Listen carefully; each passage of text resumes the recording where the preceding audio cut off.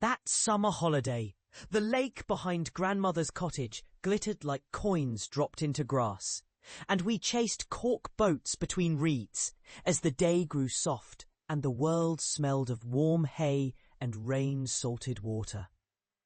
The road to the lake ran through cornfields that seemed to lean in close enough to whisper, and every step carried the hush of miles climbing out of town into a small, patient country. Our sandals stuck to the wooden boards of the porch when we slipped off, and the kettle sang on the stove as grandmother poured tea into chipped cups that remembered every hand that had raised them. She wore an old apron stitched with flowers that had faded to a gentle pink, and she stood there for a moment, letting the heat kiss her wrists, before she spoke in that steady, nearby voice that meant safety and home. We spent most of those long days in the narrow valley of reeds. My sister and I would fashion boats from corks and matchsticks, then drift them along the slow current, shouting over the breeze that smelled faintly of fish, of damp linen, of something evergreen beyond the hills. The boats rode the water with a wobble and a promise, and if a piece of leaf or a stray feather marked the course, we took it as a secret sign from the lake itself.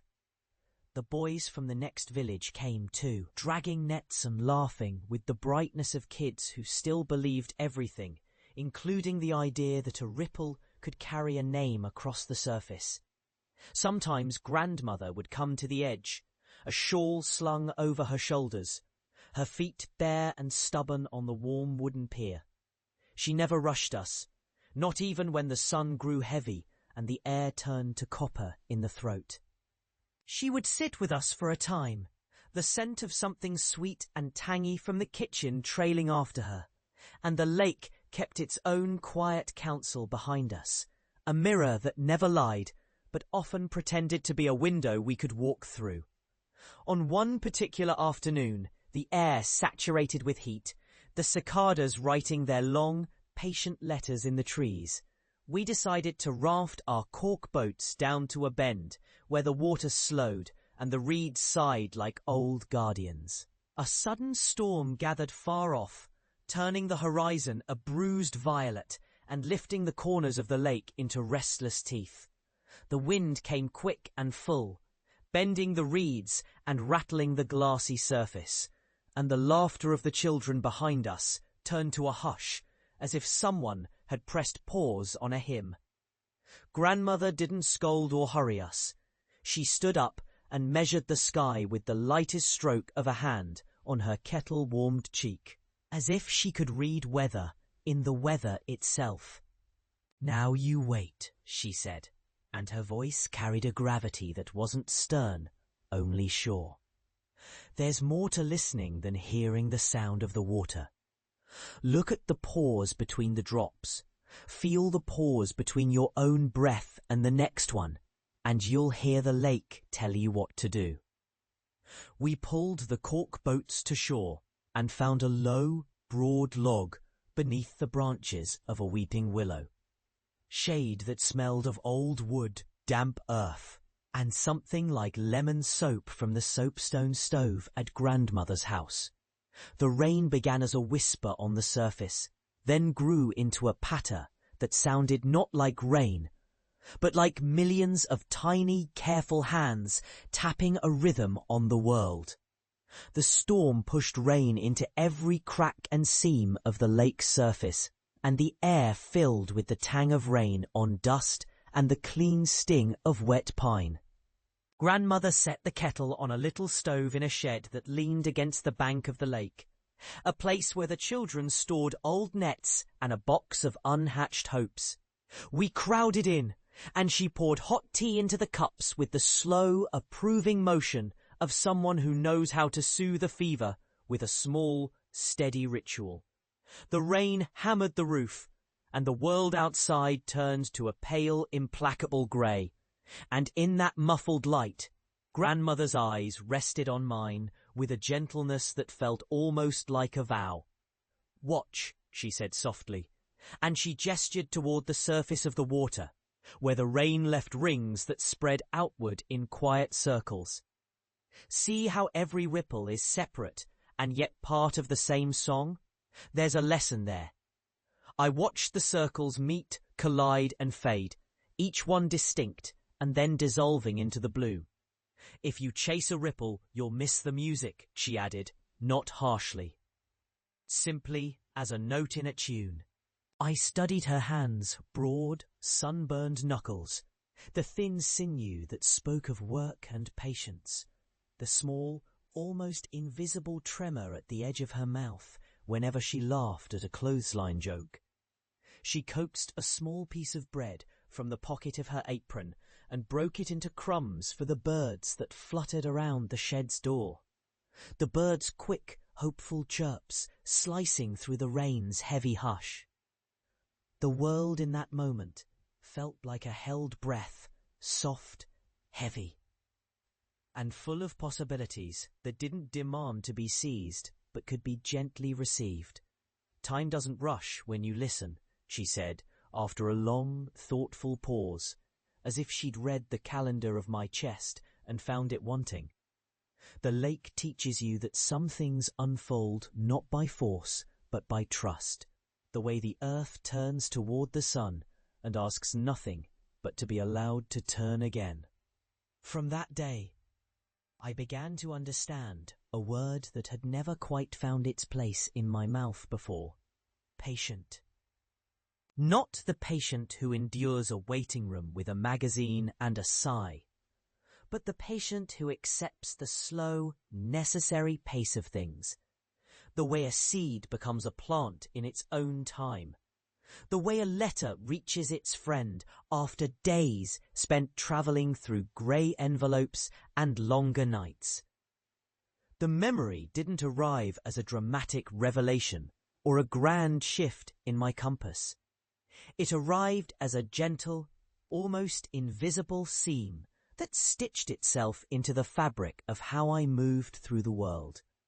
In the years after, the lake kept its counsel for me, though I kept returning to towns and towns' kitchens, to the feel of a mug warm in the hand and the bread rising beneath a cloth. I learned to listen before I spoke, to wait for the small, sure sign that a moment was ready to unseal itself. I found that the quiet places, an empty sidewalk at dawn, a window left ajar against a summer heat, grandmother's chair at the end of the day with the neighbour's cat curled on the cushion, held more memory than any loud celebration or theatrical triumph. The world offered me a dozen little rituals: a kettle's whistle at noon, a street lamp flickering to life as a night train wheezed by, the soft creak of a porch swing as the wind settled and the first star dared to show itself. I became a teacher, then a writer, then a patient husband and a grandfather who believed stories were not merely entertainment, but tracks laid down to walk back along when the road grew difficult. In the evenings, I would sit by the window and sift through a box of letters, the handwriting in them as familiar as an old tune. And I would remember that log beneath the willow and the way grandmother's voice carried the sound of rain into the room, even as the storm moved on. The lesson wasn't loud or dramatic. It was simply that the world rewarded attention, the careful notice of a ripple, the courage to wait for a truth to arrive at its own pace, the kindness of a cup of tea poured with a patient, steady hand. Now, in the years when the calendar itself seems to drift and settle like leaves in a quiet gust, I still hear the lake's memory when I wake at dawn, and the room hums with the soft, distant sounds of the world waking up. The scent of damp wood and the faint zest of lemon in the air return to me as if they never left, and I remember grandmother's face in the half-light, her eyes steady on mine, her voice not loud but certain, teaching me a way of being that does not demand applause, but asks only that you remain near what matters. Time has taken much, the strength of my hands, the sharpness of my sight, in the days when the lamp burned a little too bright. The certainty that every plan would unfold with a dramatic flourish. Yet it has given me something more faithful, the ability to recognize the sacred in ordinary life, to hold close the memory of a child's palm resting on a cork boat, to recall the feel of damp earth on bare feet after the rain, to hear the lake's quiet music in the long, slow breath between heartbeats. I have learned to be grateful for the slow hours, for the way a summer day could lean into evening and disclose a truth that didn't shout but warmed from within. If there is wisdom in aging, perhaps it is this, that meaning does not always arrive with fireworks, but with a gentle persistence, with a mother's steady comfort, with a lake that teaches you to listen, even when the wind tries to hurry you along. I am grateful for that old afternoon, for the patient river of time that carried me to it, for the wordless exchange between a grandmother's gaze and a child's eager, imperfect heart.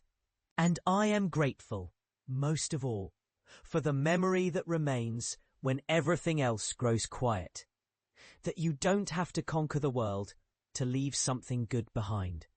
You only have to attend to it, day after patient day, until it becomes part of who you are.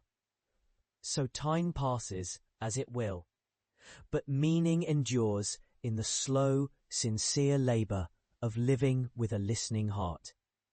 And I am grateful for the lake, for grandmother, for those cork boats that drifted on a summer breeze and taught me to wait for the music of life to arrive, not because it roared, but because it came in the soft, certain hand of ordinary grace.